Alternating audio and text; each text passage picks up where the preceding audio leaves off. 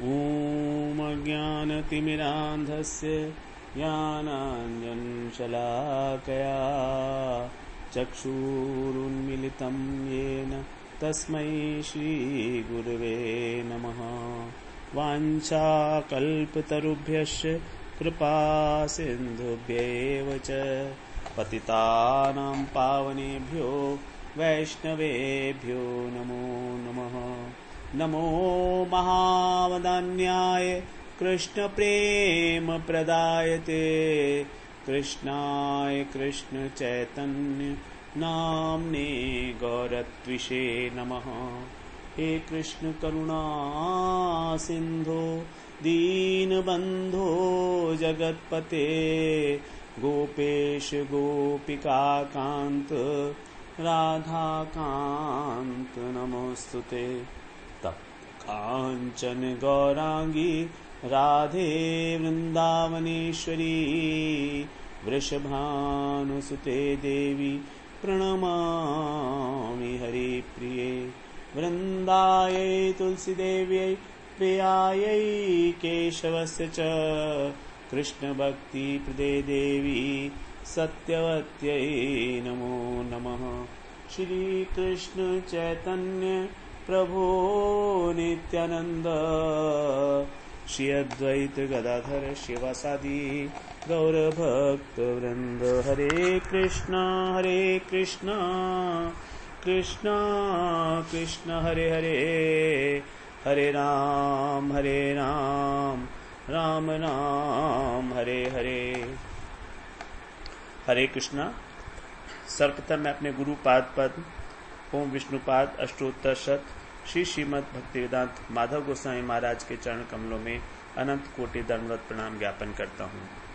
हम लोग श्रीमद् भगवद गीता के 7वें अध्याय का 12वां श्लोक क्षमा कर रहे हैं, जिसमें भगवान जो प्रकृति प्रकरण हमारा चल रहा है, प्रथम प्रकरण, उसका उपसंहार करते हुए बता रहे हैं ये चैव सात्विका भावा राजसास्तामसाश्च ये मत्त एवेति तान विद्धि न त्वहं तेषु ते मयि। कि जितने भी भाव हैं, सात्विक भाव, राजसिक भाव, तामसिक भाव, क्योंकि 3 प्रकार के ही भाव होते हैं। भाव का मतलब पदार्थ, गुण और क्रिया। तो ये तीनों जो भी हैं, ये सब इस संसार के अंदर मुझसे ही उत्पन्न हुए हैं। मत्त एवेति, मुझसे ही हुए हैं। तान विद्धि, उसको मुझसे ही उत्पन्न हुए जान। न तो हम तेषु ते मयि, लेकिन मैं उनमें नहीं हूं और वो मुझ में नहीं है। तो हम लोग इस विषय में बात कर रहे थे कि किस प्रकार से ये 3 प्रकार के भाव भगवान में नहीं है और भगवान उनमें नहीं है। यद्यपि ये भाव भगवान से होते हैं, लेकिन तो भी भगवान को ये स्पर्श नहीं कर सकते, क्योंकि ये प्रकृति के विकार हैं, त्रिगुणात्मक है, और भगवान त्रिगुणातीत हैं। तो किसी भी प्रकार से ये भगवान को स्पर्श नहीं कर सकते। अब यदि हमारी दृष्टि बाह्य पदार्थों के ऊपर ना जाके उन पदार्थों के तत्व के ऊपर जाएगी, सार तत्व के ऊपर जाएगी, तो हम लोग भगवान दर्शन ही करेंगे प्रत्येक क्रिया में, प्रत्येक पदार्थ में और प्रत्येक गुण में। जितने भी भाव हैं, इन सब का जो सार तत्व है वो भगवान है। इसलिए हमको केवल उस सार तत्व का ही आश्रय लेना चाहिए। यदि हम ज्ञान का आश्रय लेते हैं तो सात्विक हो गया, यदि कर्म का आश्रय लेते हैं तो राजसिक हो गया। तो हमको कर्म और ज्ञान का आश्रय भी नहीं लेना है, हमको भगवान का आश्रय लेना है, भक्ति का आश्रय लेना है, क्योंकि भक्ति आत्मा की वृत्ति है। भक्ति आत्मा की वृत्ति है। इसीलिए भगवान की प्राप्ति केवल मात्र भक्ति से हो सकती है, क्योंकि भक्ति निर्गुणा होती है और ज्ञान सात्विक होता है और कर्म राजसिक होता है। इसलिए इससे इनके द्वारा किसी भी प्रकार भगवत प्रेम की प्राप्ति नहीं हो सकती। श्रद्धा 3 प्रकार की बताई है भगवान ने, सात्विक, राजसिक और तामसिक 17वें अध्याय में। लेकिन श्रीमद् भागवत में 11वें स्कंद के 25वें अध्याय में भगवान बता रहे हैं निर्गुणी श्रद्धा के विषय में। सात्विकी आध्यात्मिकी श्रद्धा कर्म श्रद्धा तु राजसी, तामसी अधर्मे या श्रद्धा मत सेवायाम तु निर्गुणा। 25वें अध्याय का 27वां श्लोक है। सात्विकी आध्यात्मिकी श्रद्धा, आध्यात्मिक श्रद्धा जो है वो है सात्विक, और कर्म में जो श्रद्धा है वो है राजसिक, और अधर्म में जो श्रद्धा देखी जाती है वो है तामसिक। मत सेवायाम तु निर्गुणा, लेकिन भगवान की जो सेवा पूजा है वो निर्गुणी श्रद्धा है। तो भगवान की प्राप्ति होगी निर्गुणी श्रद्धा से। हरि ही निर्गुण साक्षात प्रकृते पुरुष पर है, स सर्वदृक् उपद्रष्टा तम भजन निर्गुणो भवेत। श्रीमद् भागवत पुराण में श्रुतियां भगवान की स्तुति करते हुए कह रही हैं। 10वें स्कंध के 88वें अध्याय के 5वें श्लोक में, हरि ही निर्गुण है साक्षात, भगवान निर्गुण है, पुरुष है, प्रकृति पर है, प्रकृति से पर है, अतीत है, अर्थात प्रकृति के तीनों गुणों से, और वो सर्वदृक् है, मतलब सबको देखने वाले हैं, उपद्रष्टा, सबके साक्षी हैं। तम भजन निर्गुणो भवेत, उनका भजन करने से ही भक्त भी निर्गुण हो जाता है, क्योंकि निर्गुण है भगवान। जब निर्गुण भगवान का उपासना की जाएगी तो भक्त भी निर्गुण होगा। तो भगवान कह रहे हैं कि तुम तीनों गुणों में मत फंसो प्रकृति के, यदि फंस जाओगे तो मेरा भजन नहीं कर पाओगे, मोहित हो जाओगे तुम। 13वें श्लोक में, अगले श्लोक में भगवान ने बता रहे हैं कि किस प्रकार से सारा जगत जो है इन तीनों गुणों के द्वारा मोहित हो चुका है, क्योंकि ये गुण जो हैं टिकने वाले नहीं हैं, विनाशी हैं। जैसे कार्य और कारण में, कारण जो है वो अपेक्षाकृत टिकाऊ होता है। जैसे घड़ा है कार्य और मिट्टी है कारण। अब दोनों में अधिक टिकाऊ कौन है? मिट्टी, क्योंकि घड़ा तो कभी भी फूट सकता है, तो इसलिए घड़े का आश्रय नहीं लेना है हमको, मिट्टी का आश्रय लेना है, अर्थात कारण का आश्रय लेना है। और यहां तो भगवान क्या है? आश्रयों के भी आश्रय हैं, कारणों के भी कारण है, महाकारण है, परम कारण है, मूल कारण है इस जगत के।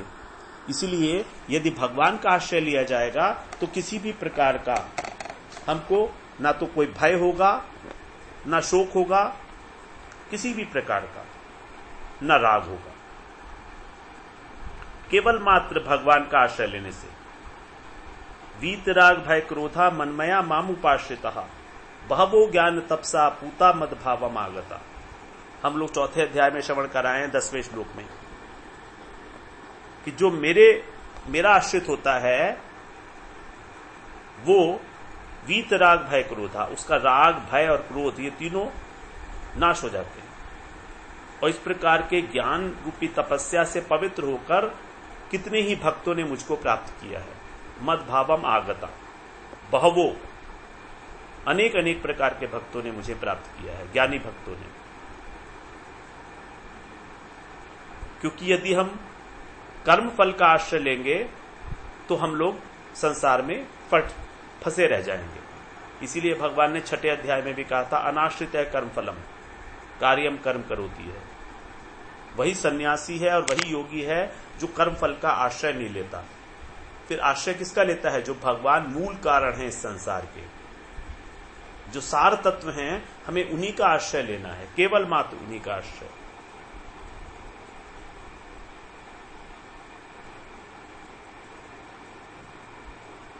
अब जैसे मान लीजिए भगवान ही अगर हम मान लें सब कुछ हैं, तो भगवान जब सब कुछ हैं तो भगवान से उत्पन्न जो 3 प्रकार के भाव हैं उनको हम क्यों छोड़ें? क्योंकि वो भी तो भगवान से उत्पन्न है। तो इसका उत्तर होगा, जैसे मान लीजिए जमीन है, जमीन के अंदर जो ग्राउंड वाटर होता है वो सब जगह ग्राउंड वाटर होता है, सर्वत्र है, लेकिन उसकी प्राप्ति का जो स्थान है वो कुआं है। तो हमको जमीन में से पानी अपने आप से नहीं मिल जाएगा, कुएं के माध्यम से हमको वो पानी मिलता है। उसी प्रकार से भगवान सब जगह होने पर भी उनकी जो प्राप्ति का एकमात्र उपाय है वो है केवल भक्ति योग। तम भजन निर्गुणो भवेत, उनका भजन करके ही भक्त निर्गुण अवस्था को प्राप्त करता है। तो ये हम लोगों ने श्रवण किया कि किस प्रकार से 3 प्रकार के भाव भगवान से ही उत्पन्न हैं, लेकिन तो भी ना तो ये तीनों भाव भगवान में हैं और ना ही इन तीनों भावों में भगवान है। न त्वहम तेषु ते मयि। अब हम लोग अगला श्लोक श्रवण करते हैं, 13वां श्लोक 7वें अध्याय का। त्रिभिर्गुणमयी भावैर् एभिः सर्वमिदं जगत् मोहितं नाभिजानाति मामेभ्य परम अव्ययम्। यहां से अब हमारा 7वें अध्याय का जो दूसरा प्रकरण है, त्रिगुण प्रकरण, वो आरंभ हो रहा है। छोटा सा प्रकरण है ये, 13, 14 और 15 3 ही श्लोक हैं इसमें, जिसमें माया के तीनों गुणों के विषय में बात की गई है। भगवान ने चर्चा तो 12वें श्लोक में ही कर दी थी। 3 प्रकार के भाव होते हैं, सात्विक, राजसिक और तामसिक, लेकिन यहां पर थोड़ा सा इसके बारे में वर्णन किया है भगवान ने। 13, 14 और 15 इसलिए हमने इसको अलग से एक प्रकरण बना लिया, त्रिगुण प्रकरण। तो भगवान ने 4थे श्लोक से 12वें श्लोक में, 12वें श्लोक तक जो 9 श्लोक थे प्रकृति प्रकरण के, उसको श्रवण किया पहले, जिसमें भगवान ने अपनी परा प्रकृति, अपरा प्रकृति, 15 प्रकार की विभूतियां, इन सब के बारे में हमें बताया। अब यहां पर हम लोग गुणों के विषय में बात करते हैं। तो कह रहे हैं त्रिभिर गुणमयी भावैर एभी सर्वम इदम जगत। एभी माने इन, त्रिभि माने तीनों, गुणमयी माने गुण रूप, भावई माने भावों से। ये जो 3 गुण रूप भाव है जिसके बारे में भगवान ने बताया 12वें श्लोक में, सात्विक, राजसिक, तामसिक, इन तीनों भावों से मोहितम इदम, ये सारा जगत जो है प्राणी मात्र मोहित होता है, मोहित हो रहा है। क्यों मोहित हो रहा है?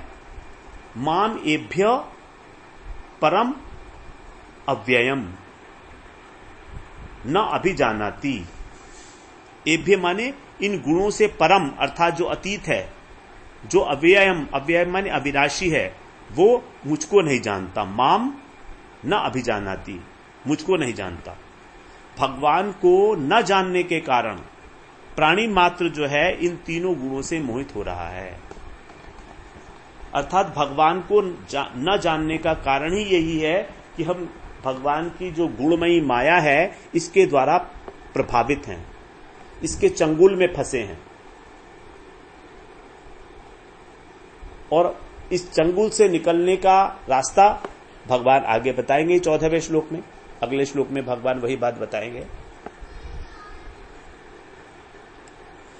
5वें श्लोक में हम लोगों ने श्रवण किया था कि भगवान की जो परा प्रकृति है, जिसको जीव प्रकृति कहा या तटस्था प्रकृति कहा, वो भगवान की एक शक्ति है।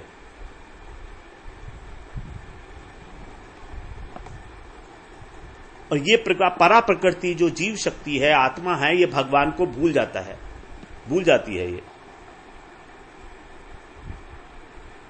भगवान को भूल जाती है, मतलब भगवान का स्वरूप भूल जाती है, भगवान से अपना संबंध भूल जाती है कि मैं भगवान का अंश हूं, ईश्वर अंश जीव अनाशी, जब जीव अविनाशी, चेतन अमल सहज सुख राशि।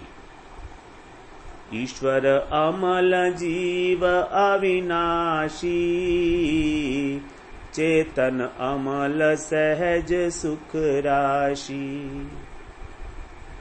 तुलसीदास जी ने कितने सुंदर तरीके से बता दिया है। ईश्वर अंश, ईश्वर का जो अंश है वही है जीव, और ये कैसा है? अविनाशी है, चेतन है, अमल का मतलब शुद्ध है, सहज सुख राशि और आनंदमय है, सुखमय है। स्वरूप बता दिया जीव का, चित स्वरूप है और आनंद स्वरूप है। जैसे भगवान सच्चित आनंदमय है, वैसे ही उनका जो अंश है वो भी वैसा ही है। लेकिन भगवान को भूलने के कारण इसको दुख का अनुभव हो रहा है। और भगवान को भूलने का कारण क्या है? माया के द्वारा आवृत हो जाना। आत्मा का स्वरूप और भगवान का स्वरूप माया के द्वारा आवृत हो गया। इसीलिए जीव 3 प्रकार के तापों से दग्ध रहता है, हमेशा जलता रहता है। क्योंकि माया की जो 3 रस्सियां हैं, सत्व गुण की रस्सी, रजोगुण की और तमोगुण की, वो इसको बांधे हुए हैं। और ये संसार एक समुद्र की भांति है, और ये संसार में माया की 3 रस्सियों से बंधा हुआ पड़ा है और तड़प रहा है। कैसे पार कर पाएगा? जब तक रस्सियां खुली नहीं है, तैर भी नहीं सकता। तो इसीलिए इसको पार करना अत्यंत दुष्कर है, दुरत्याया है ये। तो यहां पर प्रकृति और माया का मतलब एक ही है। मायाम तु प्रकृतिम विद्यात, माया को ही प्रकृति जानो।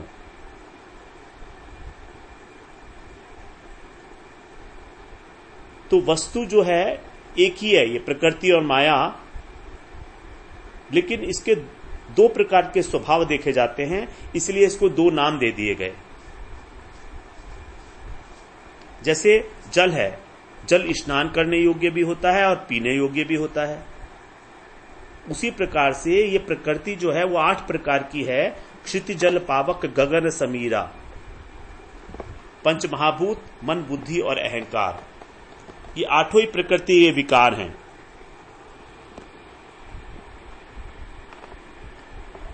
तो ये जो 3 प्रकार के भाव बताए गए, सात्विक, राजसिक और तामसिक, ये तीनों ही प्रकृति से उत्पन्न होने वाले हैं।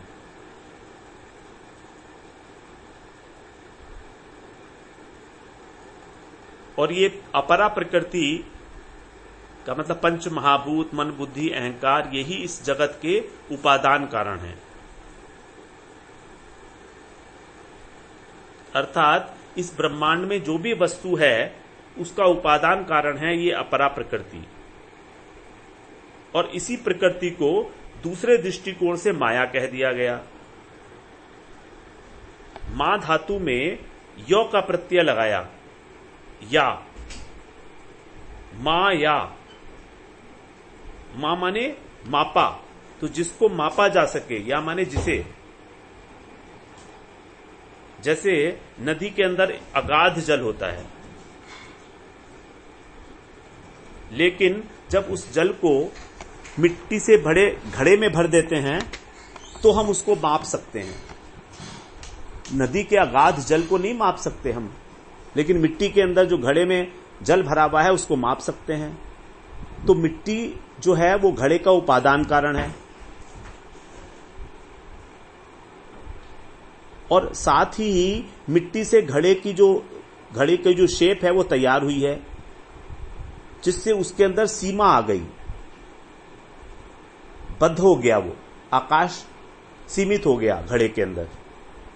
तो मिट्टी की वो शक्ति जो घड़े की देह का कारण बनी है,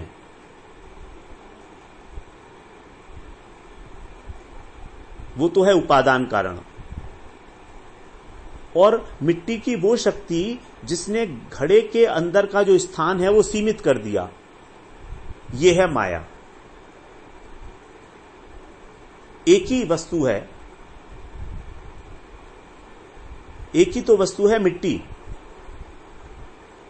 तो मिट्टी जो है वो घड़े का उपादान कारण भी है, और उसने घड़े की जो ग्रहण करने की क्षमता थी उसको सीमित कर दिया, अंदर के स्थान को सीमित कर दिया। जैसे मान लीजिए एक मैदान है, उस मैदान के अंदर हमने कोई मकान बनाया। अब उस मकान में 3 चीजें होती हैं, फर्श होगा, दीवारें होंगी और छत होगा। अब यदि ये मान लें कि फर्श तो है सत्वगुण, दीवार है रजोगुण और छत है तमोगुण, तो ये मैदान में जो बना हुआ मकान है ये हो गया त्रिगुणात्मक, त्रिगुणमय। तो अब ये तीनों हो गए उसके उपादान कारण, अर्थात वे अवयव जिनसे कि मिलकर मकान बना है। तो प्रकृति उपादान कारण हो गई। अब मकान के अंदर जो आकाश सीमित हो गया है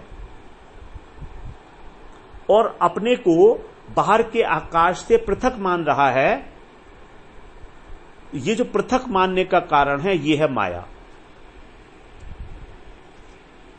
तो माया के दो कार्य हो गए, एक तो माया ने उपादान कारण है और एक माया ने क्या किया, स्थान को सीमित करके, मकान के अंदर के स्थान को सीमित करके बाहर जो आकाश है, विराट आकाश, उससे पृथक कर दिया। पृथक हुआ नहीं है लेकिन मान लिया गया है। उसने एक सीमाएं खड़ी कर दी वस्तु बनाकर। तो वस्तु का उपादान कारण तो प्रकृति हो गई और वस्तु जो अपने को सीमित मानने लगी, पृथक मानने लगी, ये है माया। तो वस्तु चीज एक ही है, प्रकृति और माया, लेकिन ये दो प्रकार से कार्य कर रही है। तो जब परा प्रकृति अर्थात आत्मा अपने को बंधा हुआ मानने लगी, अपने को सीमित मानने लगी, अपने को भगवान से पृथक मानने लगी, तो हमने उसे कहा बद्ध जीव। और इस बद्ध जीव होने का कारण है माया अथवा महामाया। तो तीन गुणों के कारण ये जो जीव है, नित्य जीवात्मा है, कृष्ण का दास है, ये स्वयं को बद्ध मानने लगा और दुखों से ग्रस्त हो गया और अपने को सांसारिक व्यक्ति मानने लगा, संसार का सेवक मानने लगा। ये कार्य किसने किया? ये कार्य किया माया ने। अर्थात जो अमृत का पुत्र था अब वो मरण धर्मा हो गया। था तो अमृत का पुत्र लेकिन विस्मरण हो गया उसको, एक सीमा में आबद्ध होकर स्वयं की पृथक सत्ता मानने लगा और इसी के कारण वो मरने योग्य हो गया, मरण धर्मा। क्योंकि शरीर मरण धर्मा है ना, इसलिए कहने लगा कि मेरी मृत्यु हो जाएगी। मृत्यु तो शरीर की होगी, आत्मा की तो मृत्यु नहीं होती है, लेकिन इसीलिए वो अपने को अब शरीर मानने लगा है। जैसे मकान की देह ने मकान को बाहर के विराट आकाश से अलग कर रखा है, उसी प्रकार से जीवात्मा इस शरीर में आसक्त होकर स्वयं को शरीर मानने लगी और उसने स्वयं को भगवान से पृथक समझ लिया, अपनी स्वतंत्र सत्ता मान ली, अपने को ही कर्मों का कर्ता और भोक्ता मानने लगा। और ये जब मान्यता हो गई कि मैं करता हूं और मैं भोगता हूं, तो संसार में आकर वो दुख का भोग करने लगा। यही है माया। भगवान की त्रिगुणात्मक माया का स्वरूप यही है कि किस प्रकार उसने एक शरीर की रचना करके और आत्मा को उसमें डालकर बद्ध करके और आत्मा को शरीर में आसक्त करके ये भुला दिया कि वो नित्य कृष्णदास है। उसका कर्तव्य केवल भगवान की सेवा है, न कि संसार की सेवा। क्योंकि जीवात्मा की जो ये देह है, शरीर है, ये प्रकृति से बनी है, उपादान कारण के रूप में। लेकिन जो गुणमयी माया के द्वारा आवृत हो गया है उसका स्वरूप, तो ये जो आवरण है ये है बंधन का कारण।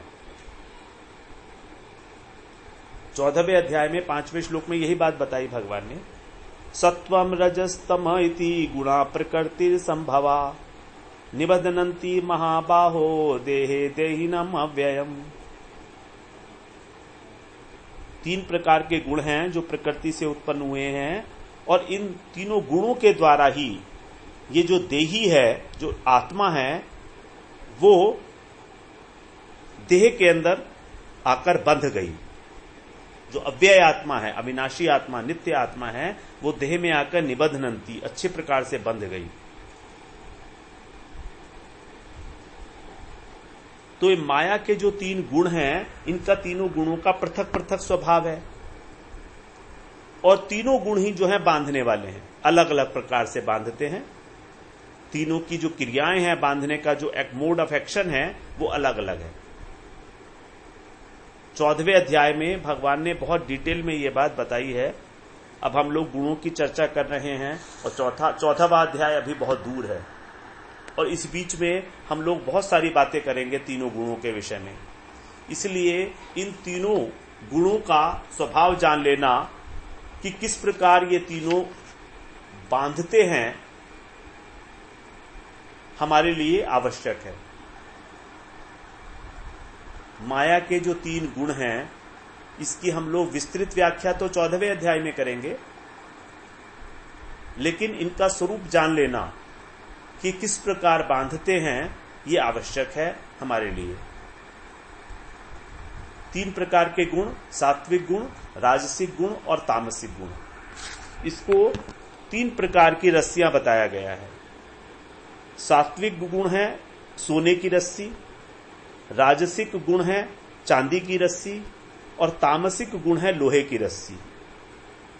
हैं तीनों रस्सियां, तीनों बंधन में डालने वाली हैं, तीनों ही बांधती हैं, लेकिन तीनों के बांधने का तरीका अलग अलग है।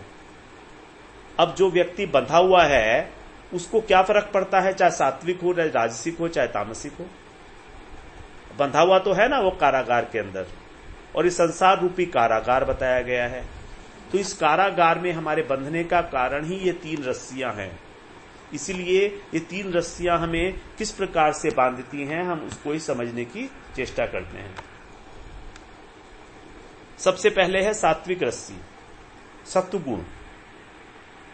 सत्वगुण कैसे बांधता है? चौथे अध्याय का 6वां श्लोक, तत्र सत्वम निर्मलत्वात् प्रकाशकम अनामयम सुख संगेन बधनाति ज्ञान संगेन चानघ। अर्जुन को कह रहे हैं भगवान, हे अनघ, अर्थात हे निष्पाप अर्जुन, ये जो सत्व गुण है ये निर्मल है, ये प्रकाशक है, प्रकाशकम अनामयम, और निर्दोष है। और कैसे बांधता है? ये दो प्रकार से बांधता है। जब हम सत्व गुण में होते हैं तो हमको सुख मिलता है, तो इस सुख के साथ बांधता है, सुख में आसक्ति करा देता है। और ज्ञान संगेन चानघ, और ज्ञान के साथ, तो ज्ञान और सुख, इन दोनों के द्वारा ये हमको सत्व गुण इस संसार में बांधे रखता है। ये बांधना बड़ा खतरनाक है, क्योंकि हम सोच रहे हैं कि हम ज्ञान प्राप्त कर रहे हैं, ये अच्छी बात है, हम इस संसार से मुक्त हो जाएंगे, लेकिन नहीं, ज्ञान की प्राप्ति करके कोई संसार से मुक्त नहीं होता है।